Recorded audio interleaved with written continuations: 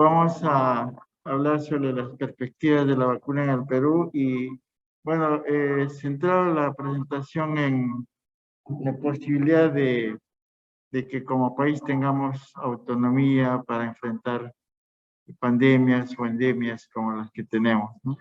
Acá solo para ver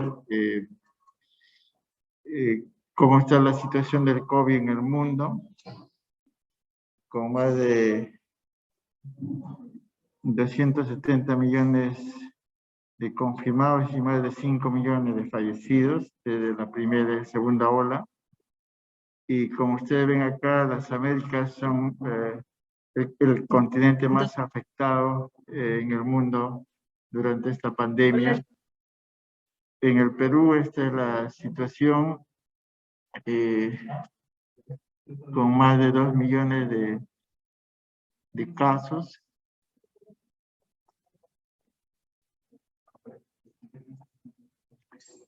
Y es una situación con más de 201.000 casos de fallecidos, con una tasa de letalidad de 8.95%.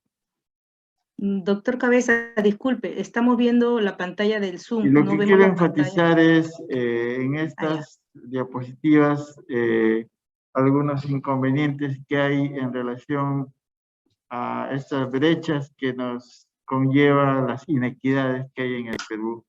Por otro lado, el hecho de que las personas, algunos grupos son más afectados por las inequidades y la distribución de la producción, la distribución de las vacunas, sobre todo, y la disponibilidad de las vacunas ha sido inequitativa en el mundo, ¿no? O sea, acá vemos... Hola. Sí.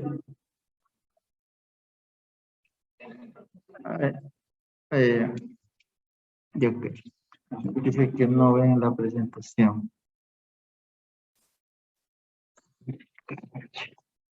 Comparto toda la pantalla. No, ahí no. Cancele. Ahí está. Ajá. Ya, dele de nuevo compartir. Comparto todo. Ahí está. Sí. Dele compartir. Y vaya a hacer la presentación. Presione Shift F5. Ok. Ya, ahí pregunté si ya lo están. Perfecto, se ve perfecto. Muchas gracias. Doctor, de repente, no nos prive de las gráficas que mostró anteriormente, porque creo que las personas estaban justo esperando ahí en los chats ver esas gráficas que usted nos mencionaba.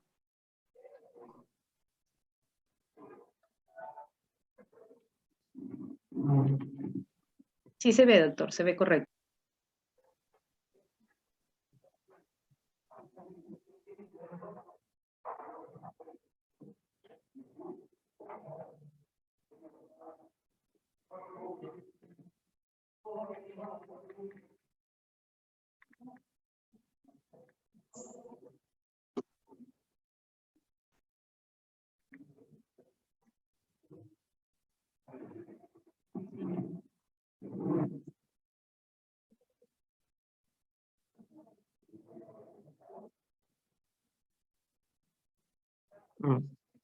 No.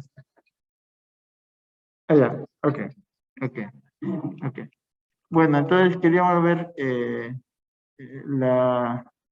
efecto que tienen las inequidades, en este caso, sobre la vacunación. Y vemos acá que los ciudadanos completamente más vacunados están en mayor proporción que aquellas poblaciones que son más desfavorecidas.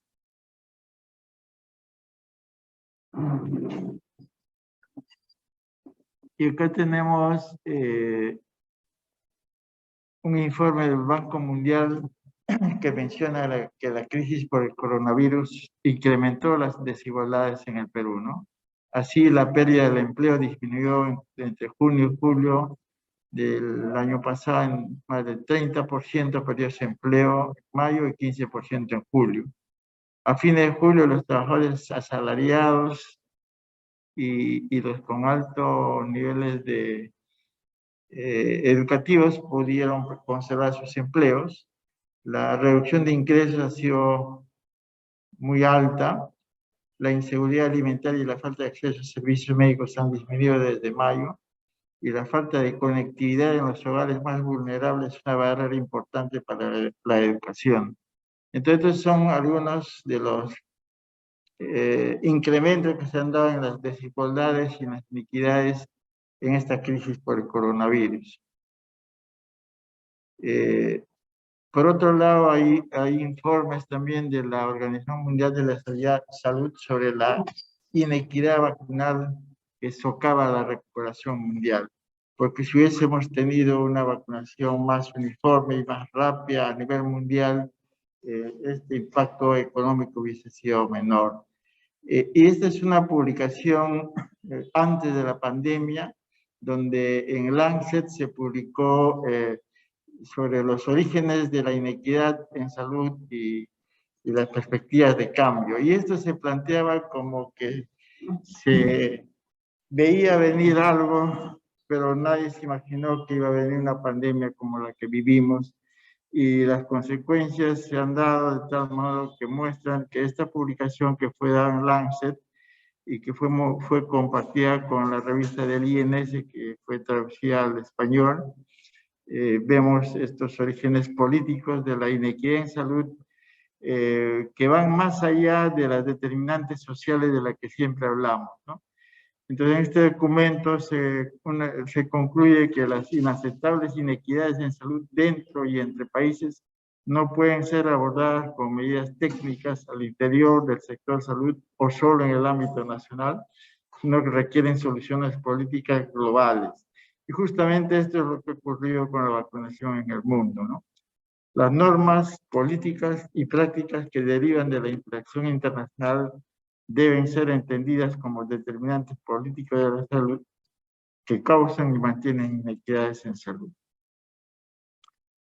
Otra de las conclusiones de este grupo que publicó en Lancet, sus orígenes políticos de la inequidad, es que los actores públicos y privados del ámbito político global deben conectarse mejor a través de una política de diálogo transparente en el proceso de la toma de decisiones que afecten la salud. Por otro lado, la gobernanza global para la salud debe basarse en compromisos de solidaridad global y responsabilidad compartida. El desarrollo sostenible y saludable para todos requiere de un sistema económico y político global que sirva a una comunidad mundial de personas saludables en un planeta saludable. Es lo que hablamos de esta aldea global, ¿no? En la que todos somos habitantes de esta aldea global, y eso debiera inducirnos pues a esta solidaridad y responsabilidad que se habla en este documento. Actualmente las variantes nos están induciendo a poner más dosis, por ejemplo, o las dosis de refuerzo, etc. Sin embargo, hay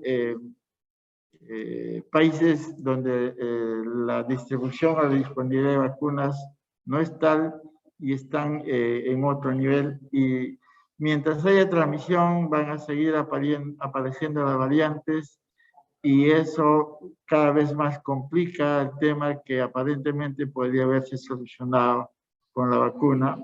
Aparte de la complejidad que muestra el enfrentar esta pandemia, hay este problema de la inequidades que lo hace más compleja, ¿no?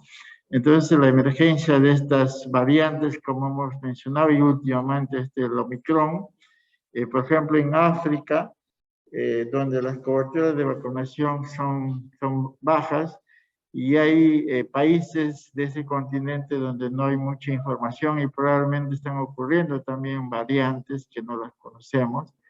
Y entonces esto nos hace ver la necesidad pues de una disponibilidad y una distribución adecuada de las medidas de prevención como las vacunas, ¿no? Por otro lado, comentar también de que el tema esto de los grupos antivacunas no es nuevo.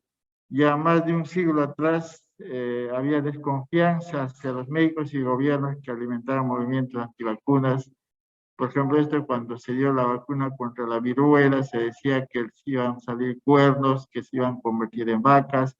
O sea, este fenómeno no es nuevo y en realidad debiéramos afrontarlo con anticipación y formar los recursos humanos y también convencer a la población, según las culturas diferentes que tenemos, por ejemplo, en el Perú, de que haya una respuesta adecuada en relación a este tipo de intervención. Lo positivo de todo esto es mostrar pues que las vacunaciones están teniendo un impacto importante en la reducción de las infecciones y sobre todo en la reducción de la mortalidad, ¿no? Este es el porcentaje de inmunizados hasta la semana 49, donde se ve claramente el impacto de la vacunación sobre en la reducción de la mortalidad. Por otro lado, en el Perú, no solamente tenemos COVID, antes del COVID hemos tenido y seguimos teniendo muchas enfermedades porque tenemos muchos nichos ecológicos, tenemos enfermedades transmitidas por vectores como la malaria, el dengue, el zika, el chikungunya, hemos tenido cólera, hemos tenido sarampión, tenemos aún peste, últimamente el COVID desde el 2020, y podemos repasar muchas enfermedades infecciosas que tenemos, algunas de ellas prevenibles por vacunas. Y esto nos indujo a escribir un editorial en el número pasado de la revista del INS sobre productos estratégicos en salud, que es una necesidad para afrontar adecuada y oportunamente las pandemias, epidemias y endemias que hay en nuestro país. También solo para recordar de que la fiebre amarilla se dio en Lima y en el Callao en el siglo XIX y fue una enfermedad, pues, de una fiebre amarilla urbana. Y esto indujo a que se construyeran hospitales como el Hospital de San Andrés, que es el primer hospital de Sudamérica. En Lima, las condiciones sanitarias permitieron pues, la diseminación del vector de la Aedes aegypti y hubo fiebre amarilla urbana, la cual fue reduciéndose con el control vectorial, pero finalmente la vacuna es la que jugó un rol importante en su control. Y sin embargo, en el Perú aún tenemos fiebre amarilla urbana, fiebre amarilla selvática, en toda esta zona donde se cultiva el café, el cacao, la coca y toda la selva alta, y todos son los departamentos que tienen este problema, donde también está el vector de la Aedes, y hay el riesgo de la urbanización, de la reurbanización de la fiebre amarilla por la intensa migración que hay en nuestro país. Acá tenemos unas comunidades indígenas en Tuntús, en la frontera con Ecuador, donde ninguno de estos niños habían sido vacunados contra la fiebre amarilla y se dio una epidemia en esta comunidad. Y esta es una foto de hace muchos años donde apareció una epidemia de fiebre amarilla y cuando aparecieron los muertos, que ya iban por los 80 fallecidos, recién la gente se motivó para vacunar y lamentablemente no había ni una dosis de vacuna. Y estas son historias que han pasado y seguirán pasando, y lo que quiero decir es la necesidad de nuestro país de tener una autonomía, compartiendo la tecnología con otros países del mundo para afrontar problemas muy nuestros.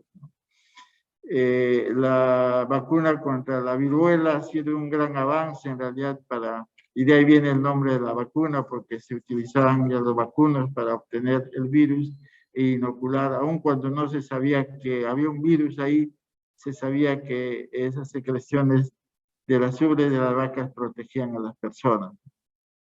Otro aspecto importante es saber de que, a pesar de que Brasil, por ejemplo, tiene una gran producción y es uno de los pocos dos países que produce vacuna contra fiebre amarilla, han tenido un brote importante en el 2017 de fiebre amarilla, con más de 777 fallecidos, o mejor, 261 casos fallecidos confirmados y más de 5.000 episodios, ¿no?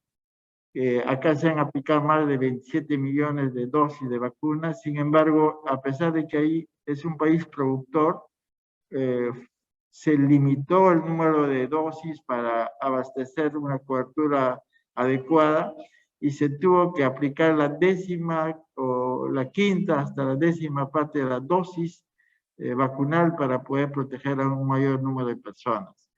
Y esto es para hacer ver pues que a pesar de tener esa capacidad, este país que es tan grande, a pesar de ser productor, tuvo problemas en sus coberturas vacunales. Otro problema que compartimos en las Américas es la rabia, tanto la rabia por caninos como la rabia silvestre transmitida por murciélagos. Y este sigue siendo un problema crónico en nuestro país, sobre todo la rabia humana en la Amazonía y la rabia canina, que si bien de alguna manera se ha controlado la rabia en animales, en perros sigue siendo un problema en el sur del país. Otro antecedente importante que queremos comentar es que la vacuna antivariólica liofilizada fue producida en el INS. Esta es una de las publicaciones que se dieron en el año 55 en la revista peruana de medicina experimental, que antes se llamaba solo así, y donde se hace una publicación sobre una vacuna antivariólica liofilizada. Y esta vacuna es la que contribuyó a la erradicación de la viruela, y el Perú tuvo la oportunidad de exportar estas vacunas a Ecuador, a Colombia, incluso al Canadá. Lo cual muestra pues de que si hay esa capacidad de producción que tenían los países en esos momentos, contribuyó a la erradicación de esta enfermedad, que es la única enfermedad erradicada en el mundo. También han habido y hay esfuerzos de eliminación de la hepatitis B y delta en nuestro país, y esto es a través de la vacunación. Esta es una publicación de la OPS en la que en diciembre del año 19 se celebraron 40 años de la erradicación de la viruela y certificado de esa acción. Y para lograr este objetivo de la erradicación, ustedes verán pues las coberturas de vacunación altísimas que han tenido todos los continentes de manera paralela, y esto ha permitido erradicar, ¿no? Y esa estrategia en realidad ha sido pionera y es la única en realidad que ha mostrado la solidaridad entre todos los humanos para derrotar a este virus de la viruela.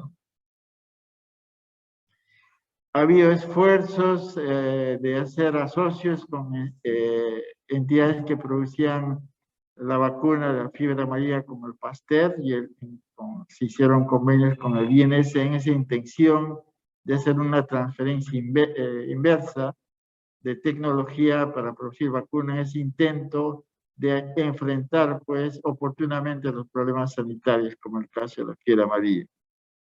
En el contexto actual y global para la producción de vacunas, es importante que la industria farmacéutica está en constante crecimiento e innovación. Entonces hay la necesidad de la producción de bienes estratégicos para la salud pública, y en el decreto 1504 que se ha dado el año pasado, se da pues esa función al Instituto Nacional de Salud, pero que este trabajo es colaborativo, ¿no? No es de una sola institución. Y acá tiene que haber un nexo con las diferentes instituciones del mundo, tanto las instituciones reguladoras como aquellas que producen. Es importante destacar la necesidad de las buenas prácticas de manufactura y la bioseguridad. Y como ustedes saben, ahora hay nuevas tecnologías que han surgido hace poco, como el RNA, como el mensajero, que es una de las vacunas que en menos de un año se ha logrado tener y es la que se está utilizando. Las vacunas inactivadas, que si bien eran tecnologías ya previamente establecidas, también se están utilizando. La de vectores es otra vacuna que se está utilizando también. Entonces, la tecnología ha avanzado, sin embargo, hay algunas técnicas que aún se mantienen y siguen siendo eficaces. Y ahora la tendencia es que hay una alta especialización según el tipo de vacunas que se están produciendo. En cuanto a la construcción y condicionamiento de plantas para producir vacunas, algunos países han avanzado en este asocio tanto público como privado. Por ejemplo, en el Brasil, el Instituto Fiocruz y el Instituto Butantan, con una asociación público-privada, están desarrollando ya vacunas como las inactivadas para combatir esta pandemia. Pero adicionalmente, tanto Brasil como Argentina han logrado el apoyo de la OMS para la transferencia tecnológica de la vacuna de RNA mensajero. Y en este caso, en la Argentina, es una entidad privada que está haciendo esta actividad, y previamente a esta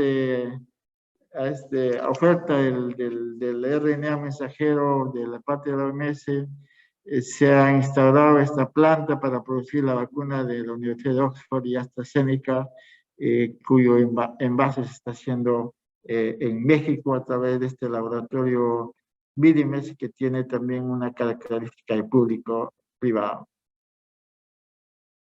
Entonces, es importante la estrategia de colaboración internacional entre gobierno, academia, los privados para el desarrollo de vacunas. Como ejemplo, tenemos esta vacuna inactivada, que los chinos ya han hecho el acuerdo de transferirlo a Chile, ¿no?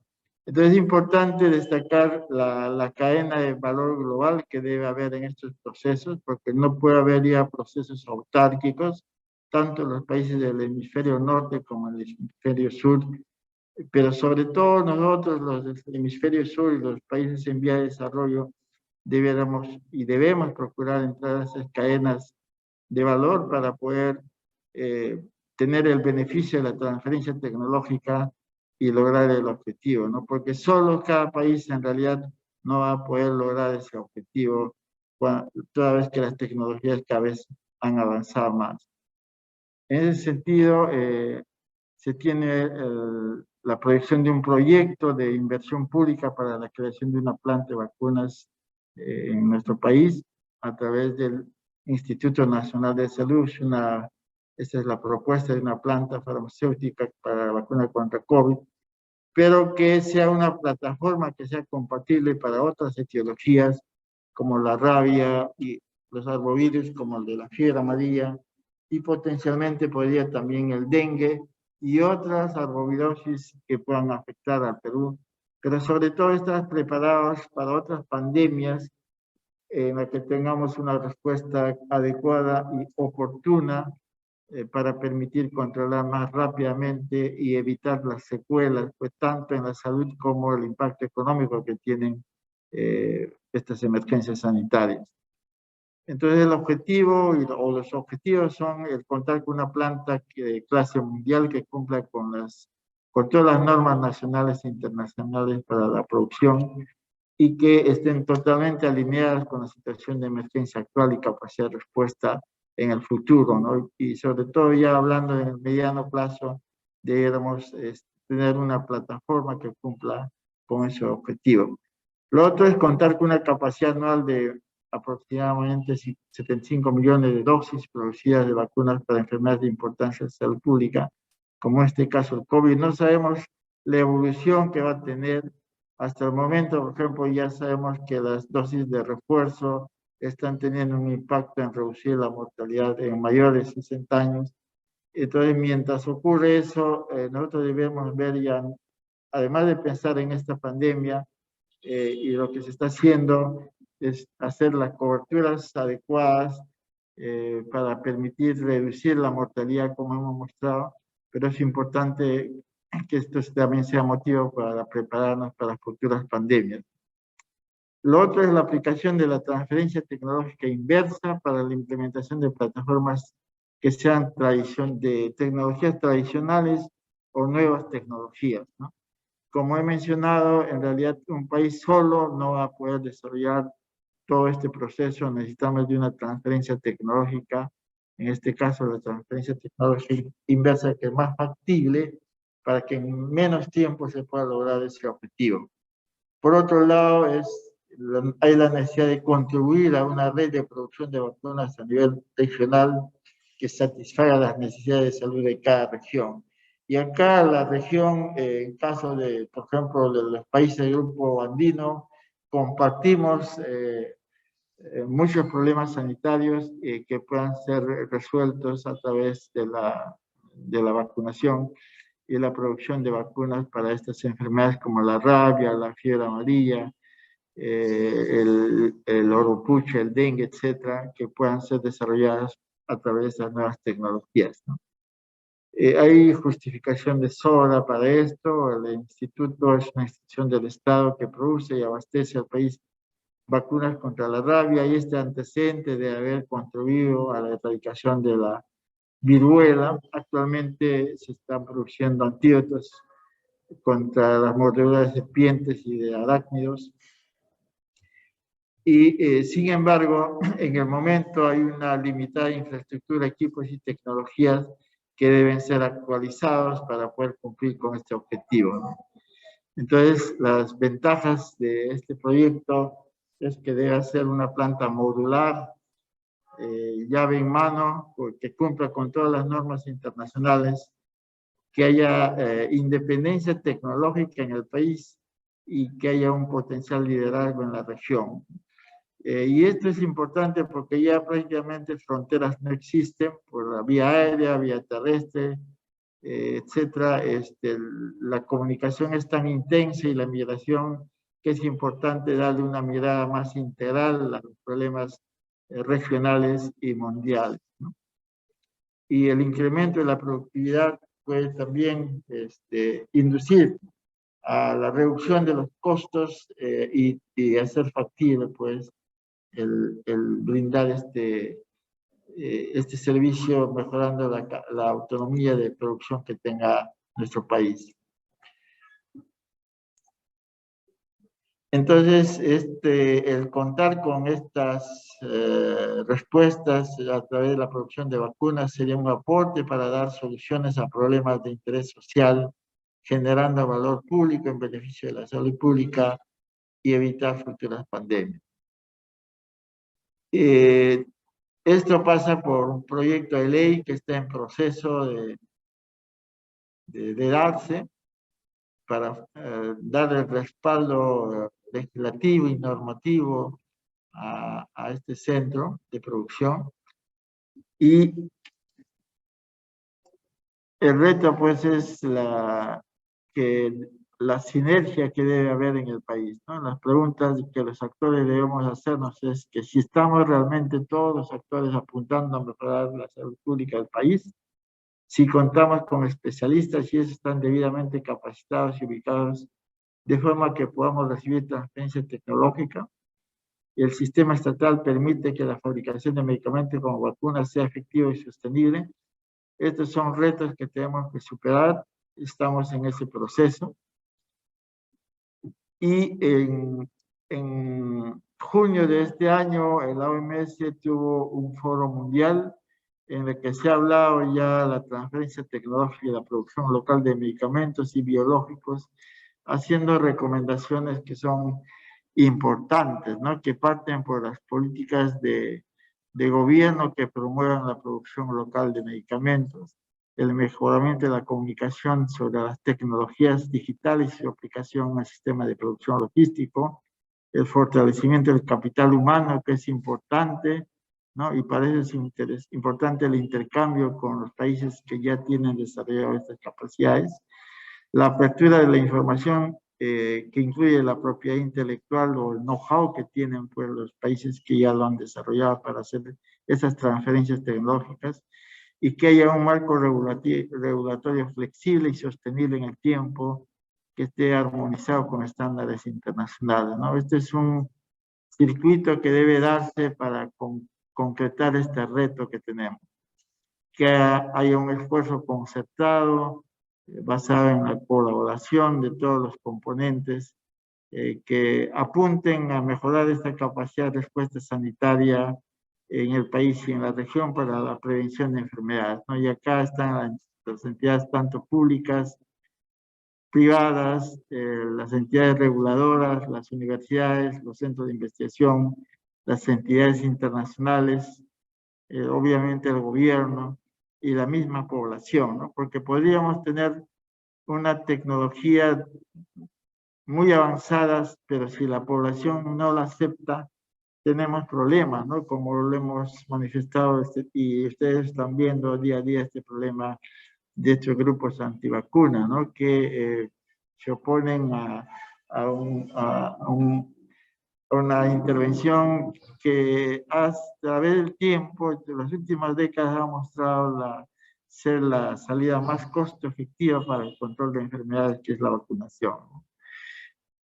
Bueno, eso es lo que quería compartir con ustedes y mencionarles para finalizar la necesidad que tenemos de tener una respuesta estratégica que sea oportuna y nos permita enfrentar futuras pandemias, y esas plataformas también nos sirvan para enfrentar las epidemias y las endemias que tenemos ya muchas décadas en nuestro país, y teniendo esas plataformas de producción de vacunas podríamos enfrentarlo de mejor manera, tanto a nivel nacional como a nivel regional, porque compartimos con varios países de la región problemas sanitarios comunes.